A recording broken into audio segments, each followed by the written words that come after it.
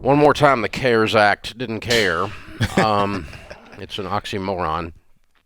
Yeah. It had so many unintended consequences and such poor implementation. But when you hear Ronald Reagan used to say it, some of the scariest words on the planet is, "I'm from the government and I'm here to help." Right.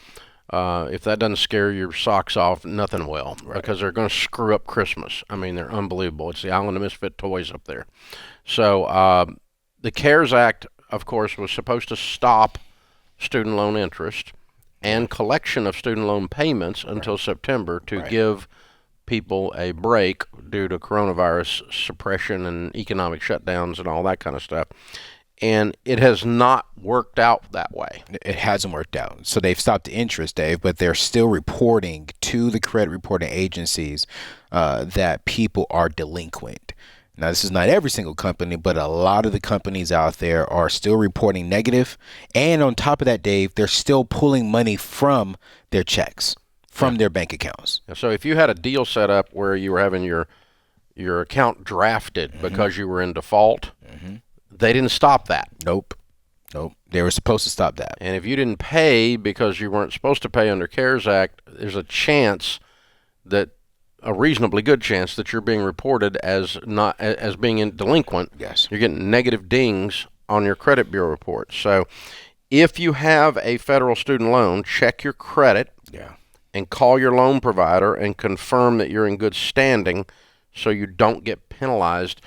And all of this might lead you to go ahead and get with Splash Financial and go ahead and get refinanced now. Yeah. This advertiser that we've got does a great job. But again, you don't need to do that if you don't have a problem and unless you can get a cheaper interest rate. But there's no closing costs on this, and they can run the refinance at Splash Financial. And, we're big proponents of these guys. They're one of our advertisers, and that's the reason we put them on the air was this.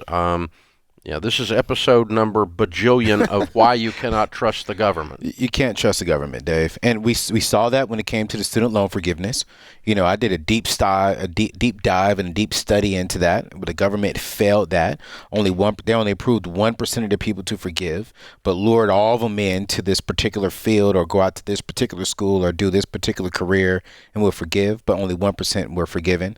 And so, of course, when this came out, I was like, something's going to happen. Well, I mean, the problem is that they put in place a law and then expected people who were incompetent to become competent. Right. When you look Naviant up in the Greek, it means incompetent.